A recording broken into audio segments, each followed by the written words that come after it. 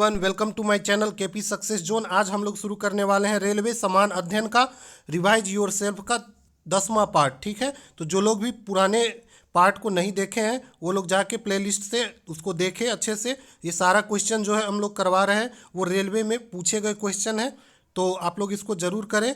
और ये पार्ट 10 है, और जो लोग भी वीडियो को सब्सक्राइब नहीं किए हैं वो लोग जाके चैनल को सब्सक्राइब कर दे और वीडियो को लाइक कर दे। ठीक है, तो चलिए शुरू करते हैं। पहला क्वेश्चन है, नॉर्मन ई बोरलॉग किस देश के निवासी थे? तो नॉर्मन ई बोरलॉग जो थे वो किस देश के निवासी थे? तो वो यूएसए के निवासी थे। और पूछेगा कि ये नॉर्मन ई बोरलॉग कौन थे? तो नॉर्मन ई बोरलॉग जो थे, विश्व में हरित क्रांति लाने का जो श्रेय दिया जाता है वो इसी को दिया जाता है। तो विश्व में हरित क्रांति, ठीक है, हरित क्रांति कौन लाया था? तो नॉर्मन ई बोरलॉग लाया था। और अगर पूछे भारत में हरित क्रांति लाने का श्रेय किसे दिया जाता है, तो वो दिया जाता है स्वामीनाथन को। ठीक है, अगला क्वेश्चन पे देखते हैं। अगला क्वेश्चन है कि गेहूं में रस्ट रोग, तो गेहूं में कौन सा रोग होता है? रस्ट रोग होता है। और किसके कारण होता है? पूछ रहा है गेहूं में रस्ट रोग किसके कारण होता है? तो गेहूं में जो रस्ट रोग होता है वो किसके कारण होता है? तो कवक के द्वारा होता है। ठीक है, अगला क्वेश्चन है, पौधे नाइट्रोजन को किस रूप में ग्रहण करते हैं? तो पौधे जो है वो नाइट्रोजन को ग्रहण करते हैं किस रूप में? तो वो करते हैं नाइट्रेट के रूप में। ठीक है, नाइट्रेट के रूप में ग्रहण करते हैं। अगला क्वेश्चन है, 2,4-D क्या है? 2,4-D क्या है? तो 2,4-D जो है एक खरपतवार नाशी है। ठीक है, इसका जो फुल फॉर्म होता है 2,4 डाइक्लोरोफिनॉक्सी एसिटिक एसिड। ठीक है, इसका जो फुल फॉर्म होता है डाइक्लोरोफिनॉक्सी एसिटिक एसिड, मतलब 2 क्लोरीन होता है इसमें, 4 क्या होता है? एसिटिक एसिड होता है। अगला क्वेश्चन देखते हैं। अगला क्वेश्चन है कि तंबाकू में विषैला तत्व होता है।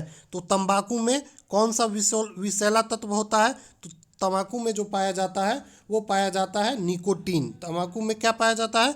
निकोटीन पाया जाता है। और अगर पूछे कि चाय में क्या पाया जाता है, तो चाय में पाया जाता है थीन। और अगर पूछे कॉफ़ी में, तो कॉफ़ी में पाया जाता है कैफीन। कॉफ़ी में क्या पाया जाता है? कॉफ़ी में पाया जाता है कैफीन। अगला क्वेश्चन है, विश्व वन दिवस मनाई जाती है। तो विश्व वन दिवस कब मनाया जाता है? तो विश्व वन दिवस जो मनाया जाता है वो 21 मार्च को मनाया जाता है। 21 मार्च को विश्व वन दिवस मनाया जाता है। अगला क्वेश्चन है, दूध का पाश्चुराइजेशन किसके द्वारा किया जाता है? तो दूध का जो पाश्चुराइजेशन किसने किया था? तो किसने किया था? तो वो किया था लुईस पास्चर ने किया था। ठीक है, अगला क्वेश्चन देखते हैं। अगला क्वेश्चन है, भारतीय कृषि का इतिहास नामक पुस्तक के लेखक कौन है? तो भारतीय कृषि का जो इतिहास नामक जो पुस्तक है ये बार बार पूछा जाता है, और इसके जो लेखक हैं वो है MS रंधावा। कौन है? MS रंधावा। अगला क्वेश्चन देखते हैं, आलू क्या है? अगला क्वेश्चन है कि आलू क्या है, या इसको इस तरह से भी पूछेगा कि आलू का कौन सा भाग हम लोग खाते हैं? तो आलू जो है उसका तना, आलू क्या है? एक तना है। ठीक है, अगला क्वेश्चन है कि जूट उत्पादन में अग्रणी राज्य कौन है? तो जूट उत्पादन में जो 1 नंबर पे है भारत में वो कौन है? तो वो हो जाएगा आपको पश्चिम बंगाल। पश्चिम बंगाल सबसे ज़्यादा जूट का उत्पादन करता है। अगला क्वेश्चन है, कपास पौधे के किस भाग से प्राप्त होता है? तो कपास जो प्राप्त होता है वो पौधे के किस भाग से प्राप्त होता है? तो कपास प्राप्त होता है आपको पौधे के फल से। और पूछे कि कपास के लिए कौन सी मिट्टी उपयुक्त है? तो कपास काली मिट्टी में उगाया जाता है। अगला क्वेश्चन है, पौधे के विकास के लिए कितने आवश्यक तत्वों की आवश्यकता होती है? तो पौधे को जो विकास के लिए आवश्यक तत्वों की संख्या है वो कितनी है? तो वो है 16। पौधे के विकास के लिए 16 तत्वों की आवश्यकता होती है। अगला क्वेश्चन है, आलू में ब्लैक हार्ट रोग का कारण क्या है? तो आलू में कौन सा रोग होता है? ब्लैक हार्ट रोग होता है। और इस किसके कारण होता है? तो ऑक्सीजन की कमी के कारण होता है। ठीक है, किसके कमी के कारण होता है? ऑक्सीजन की कमी के कारण। अगला क्वेश्चन है कि पूसा 444 किसकी एक प्रजाति है? तो पूसा 444 444, पूसा 444 एक प्रजाति है। और किसका प्रजाति है? तो ये हो जाएगा आपको बाजरा का प्रजाति है। किसका प्रजाति है? बाजरा का प्रजाति है। और ये पूसा कृषि अनुसंधान जो है, जो कि समस्तीपुर में है, उसके द्वारा विकसित किया गया है। अगला क्वेश्चन है, राष्ट्रीय डेयरी विकास बोर्ड की स्थापना कब हुई थी? राष्ट्रीय डेयरी विकास बोर्ड की जो स्थापना हुई थी वो कब हुई थी? तो वो हुई थी 1965 में हुई थी। और अगर पूछे राष्ट्रीय डेयरी विकास बोर्ड का स्थापना हुआ था 1965 में, उसका मुख्यालय कहाँ पे है? तो उसका जो मुख्यालय है वो कहाँ पे है? तो वो है आनंद, गुजरात में। आनंद एक जगह का नाम है, कहाँ पे? गुजरात में। ठीक है। अगला क्वेश्चन है राष्ट्रीय डेयरी अनुसंधान केंद्र कहाँ है? तो राष्ट्रीय डेयरी अनुसंधान केंद्र पूछेगा तो वो हो जाएगा आपको करनाल। करनाल कहाँ पड़ता है? ये है हरियाणा में। हरियाणा में। ठीक है, तो हरियाणा के करनाल में है। अगला क्वेश्चन पे चलते हैं। अगला क्वेश्चन है बोरलॉग पुरस्कार किस क्षेत्र में दिया जाता है? तो बोरलॉग पुरस्कार जो है दोस्तों नॉर्मन ई बोरलॉग के नाम पे दिया जाता है। और किस क्षेत्र में दिया जाता है? कृषि के क्षेत्र में दिया जाता है, क्योंकि जो नॉर्मन ई बोरलॉग है विश्व में हरित क्रांति लाया था। ठीक है। अगला क्वेश्चन है श्वेत क्रांति का जनक किसे कहा जाता है? तो श्वेत क्रांति का जो जनक कहा जाता है वो कहा जाता है वर्गीस कुरियन को कहा जाता है। वर्गीज कुरियन को कहा जाता है। और श्वेत क्रांति का संबंध पूछता है कि किस चीज़ से है? तो दुग्ध उत्पादन से है। श्वेत क्रांति का संबंध दुग्ध उत्पादन से है। और इसका श्रेय किसको दिया जाता है श्वेत क्रांति का? तो वर्गीज कुरियन को दिया जाता है। ठीक है। और यही वर्गीज कुरियन था जो 1965 में गुजरात के आनंद में राष्ट्रीय डेयरी विकास बोर्ड का स्थापना किया था। अगला क्वेश्चन है चिपको आंदोलन की शुरुआत कब हुई थी? तो चिपको आंदोलन की जो शुरुआत हुई थी वो कब हुई थी? तो चिपको आंदोलन की शुरुआत 1973 ईस्वी में हुई थी। और ये किसके लिए शुरू किया गया था? तो ये शुरू किया था वनों के कटाई को रोकने के लिए किया गया था। अगला क्वेश्चन है फूलों को अध्ययन क्या कहलाता है? तो फूलों के अध्ययन को क्या बोलते हैं? तो फूलों के जो अध्ययन को बोलते हैं वो बोलते हैं एंथोलॉजी। फूल के अध्ययन को क्या बोलते हैं? एंथोलॉजी। ठीक है। और यहीं अगर पूछे कि पेडोलॉजी क्या है? तो पेडोलॉजी हो जाएगा मिट्टी का अध्ययन। और पोमोलॉजी क्या हो जाएगा? फल का अध्ययन। ठीक है। अगला क्वेश्चन देखते हैं। अगला क्वेश्चन है कि दूध में मीठापन किसके कारण होता है? तो दूध में जो मीठापन होता है वो किसके कारण होता है? तो वो होता है दूध का जो मीठापन होता है वो होता है आपको लैक्टोज के कारण। दूध में क्या पाया जाता है? लैक्टोज पाया जाता है, जिसके कारण दूध का मीठापन पता चलता है। और फ्रक्टोज के कारण जो होता है फल में मीठापन, फल का मीठापन पूछेगा तो फ्रक्टोज के कारण। ठीक है। अगला क्वेश्चन है गेहूं का सबसे बड़ा उत्पादक देश कौन है? तो गेहूं का जो सबसे बड़ा उत्पादक देश है विश्व में वो हो जाएगा आपको कौन? तो वो हो जाएगा चीन। चीन जो है सबसे ज़्यादा गेहूं का उत्पादन करता है। और 2 नंबर पे पूछेगा कौन है? तो इंडिया है।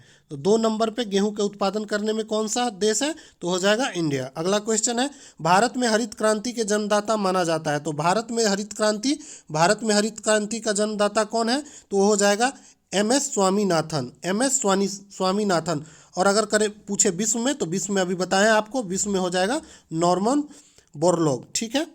अगला क्वेश्चन है भारत में हरित क्रांति की शुरुआत किस वर्ष हुई थी? तो भारत में जो हरित क्रांति की शुरुआत हुई थी वो किस वर्ष हुई थी? तो भारत में हरित क्रांति का जो शुरुआत हुआ था 1967-68 में हुआ था। कब हुआ था? 1967 और 68 के बीच हुआ था। ठीक है।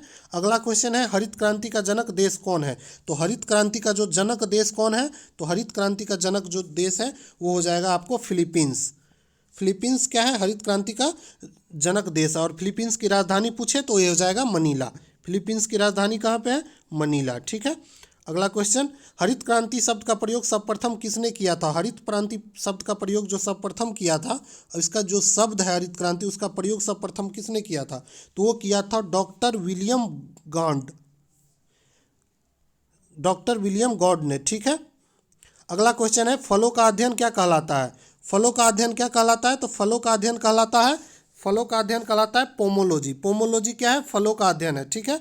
अगला क्वेश्चन हो जाएगा कपास अनुसंधान केंद्र कहाँ पे है? तो कपास अनुसंधान केंद्र पूछ रहा है। तो कपास अनुसंधान केंद्र हो जाएगा दोस्तों, कपास अनुसंधान केंद्र मुंबई में, मुंबई महाराष्ट्र में। ठीक है।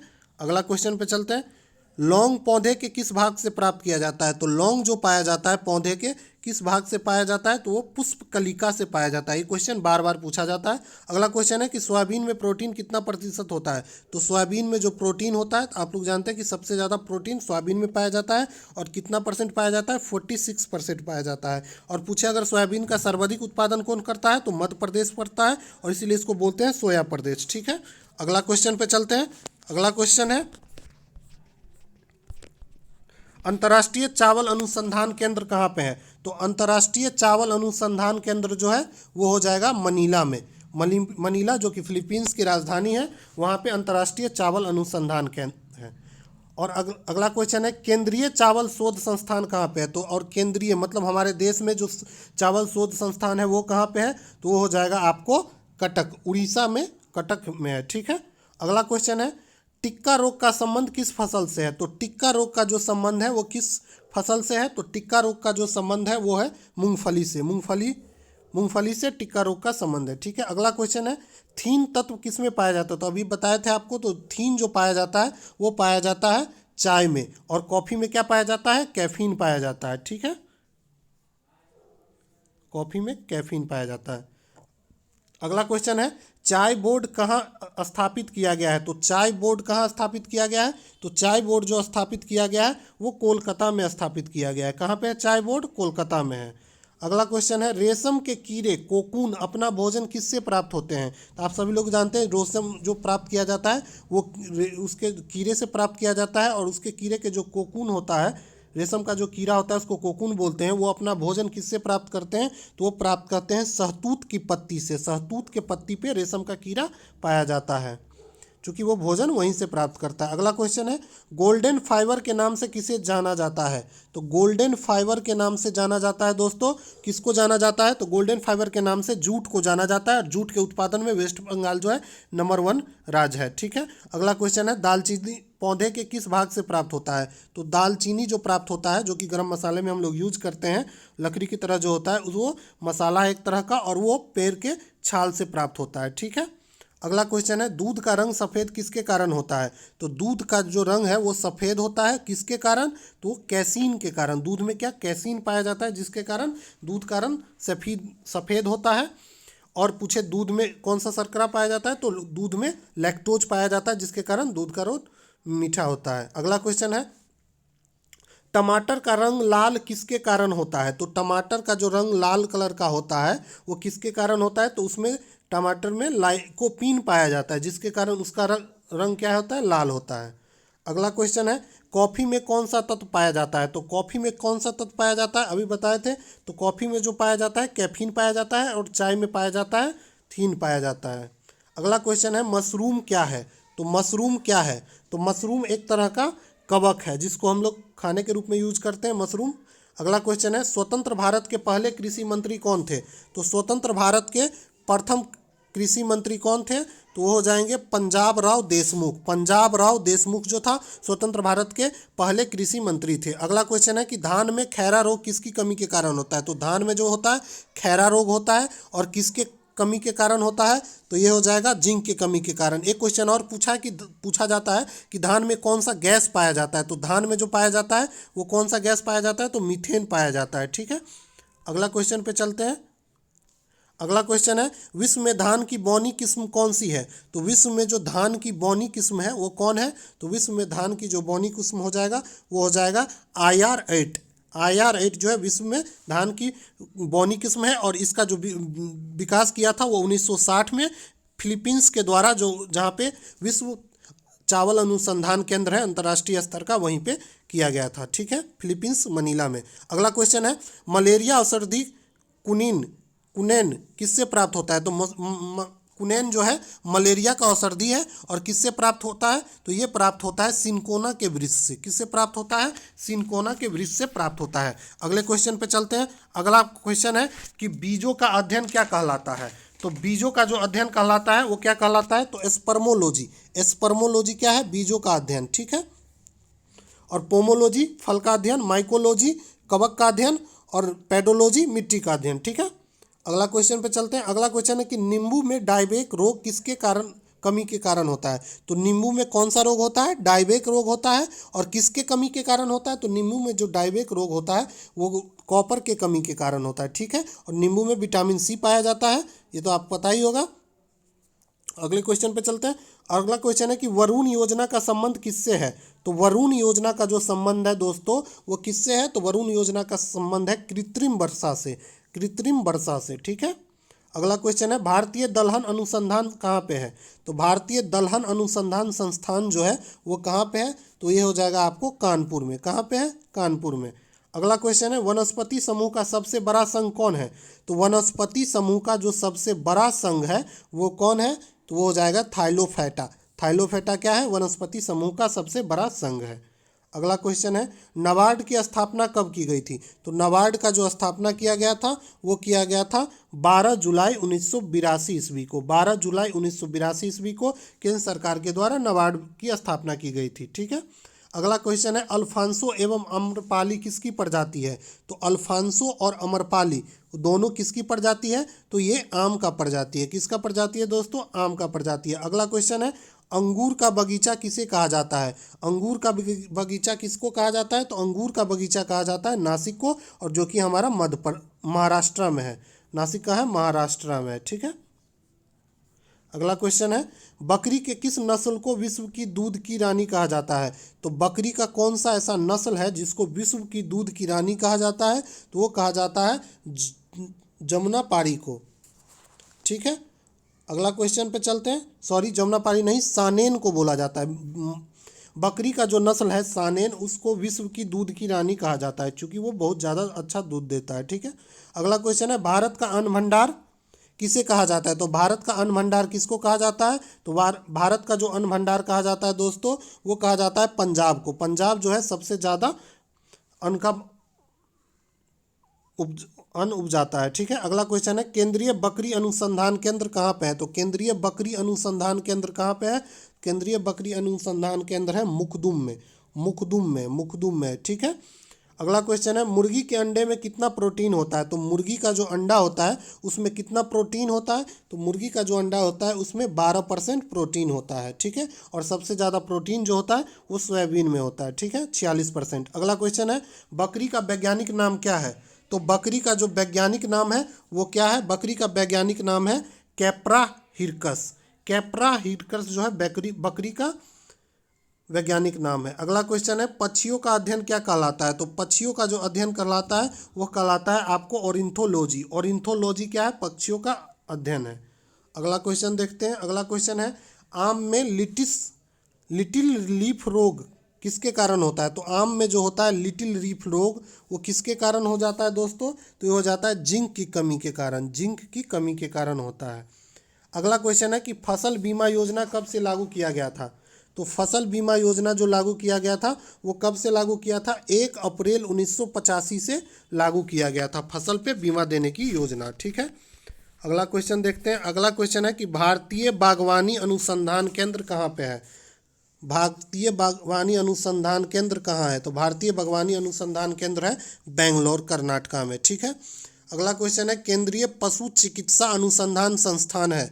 केंद्रीय पशु चिकित्सा अनुसंधान संस्थान जो है वो कहाँ पे है? तो वो है बरेली, यूपी में। ठीक है। अगला क्वेश्चन है हिरन का मांस क्या कहलाता है? तो हिरन का जो मांस है उसको हमको क्या बोलते हैं? उसको बोलते हैं वेनिसन। हिरन का जो मांस है उसको बोलते हैं वेनिसन। ठीक है। अगला क्वेश्चन है कि सर्वाधिक भेड़ किस देश में पाले जाते हैं? तो सबसे ज़्यादा भेड़ जो पाला जाता है वो किस देश में पाला जाता है? तो वो पाला जाता है ऑस्ट्रेलिया में। ऑस्ट्रेलिया में सबसे ज़्यादा भेड़ पाला जाता है। अगला क्वेश्चन है भूरी क्रांति का संबंध किससे है? तो भूरी क्रांति का जो संबंध है दोस्तों वो किससे है? तो वो हो जाएगा उर्वरक उत्पादन से। उर्वरक उत्पादन से। ठीक है। अगला क्वेश्चन है रजत क्रांति किससे संबंधित है?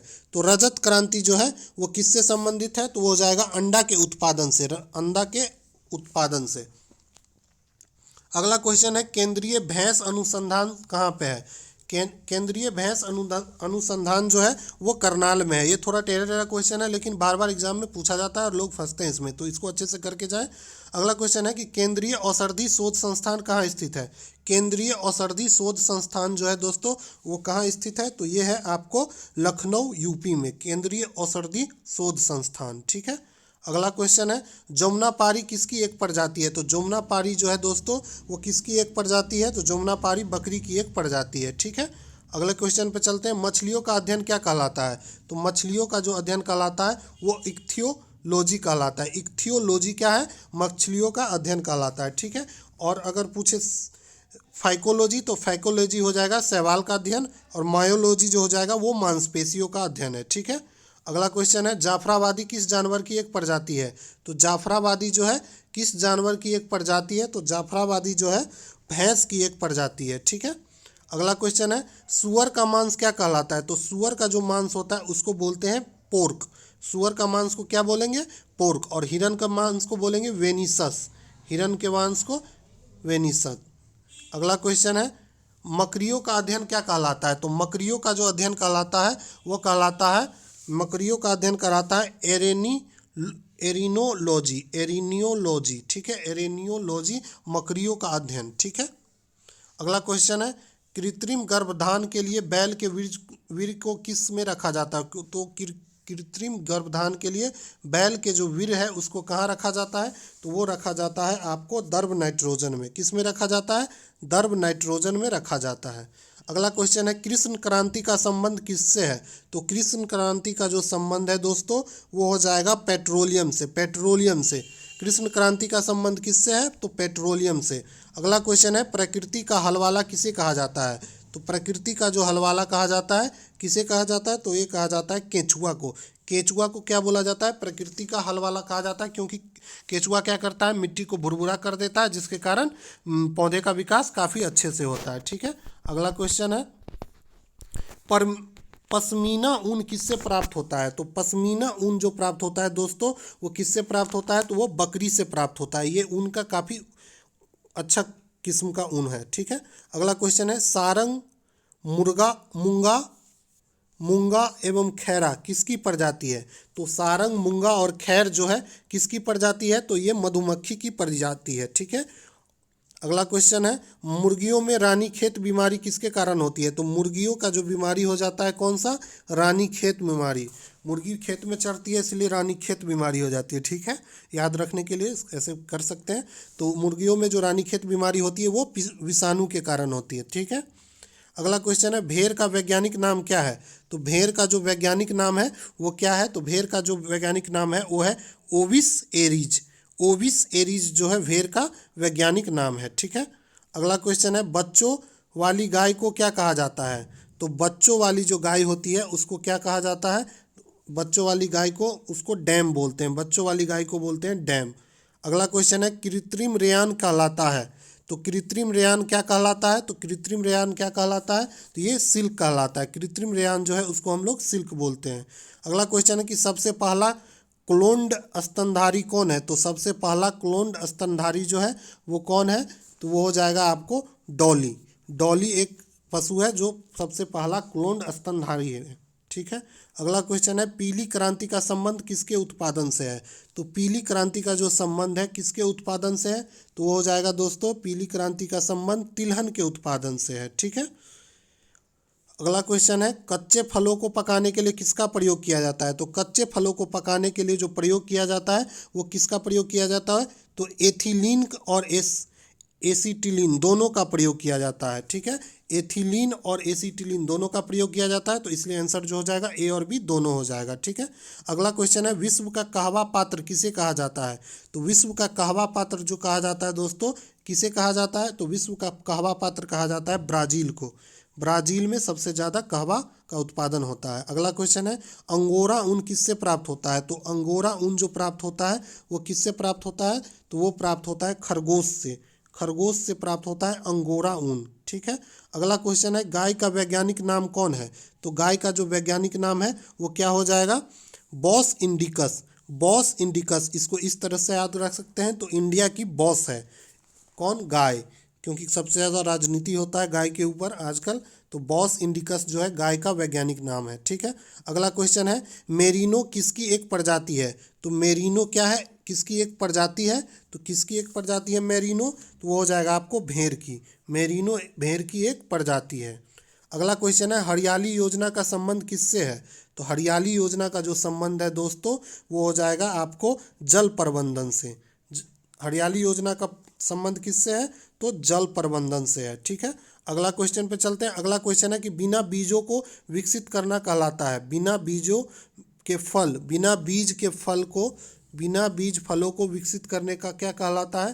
तो वो कहलाता है आपको टिश्यू कल्चर। टिश्यू कल्चर में हम जो फल उगाते हैं उसमें बीज नहीं होता है, ठीक है। अगला क्वेश्चन है कि भैंस का वैज्ञानिक नाम क्या है? तो भैंस का जो वैज्ञानिक नाम है दोस्तों वो क्या है? तो भैंस का वैज्ञानिक नाम है बुबेलस बुबेलिस। बुबेलस, बुबेलिस जो है भैंस का वैज्ञानिक नाम है। ठीक है, इस तरीके से हमारा आज का 2 सेट कंप्लीट हो गया और हम लोगों ने आज टोटल 95 क्वेश्चन किया। ठीक है, आप लोगों को अगर वीडियो अच्छा लगा हो तो वीडियो को लाइक कर दे और हमारे चैनल को सब्सक्राइब कर दे। Thank you.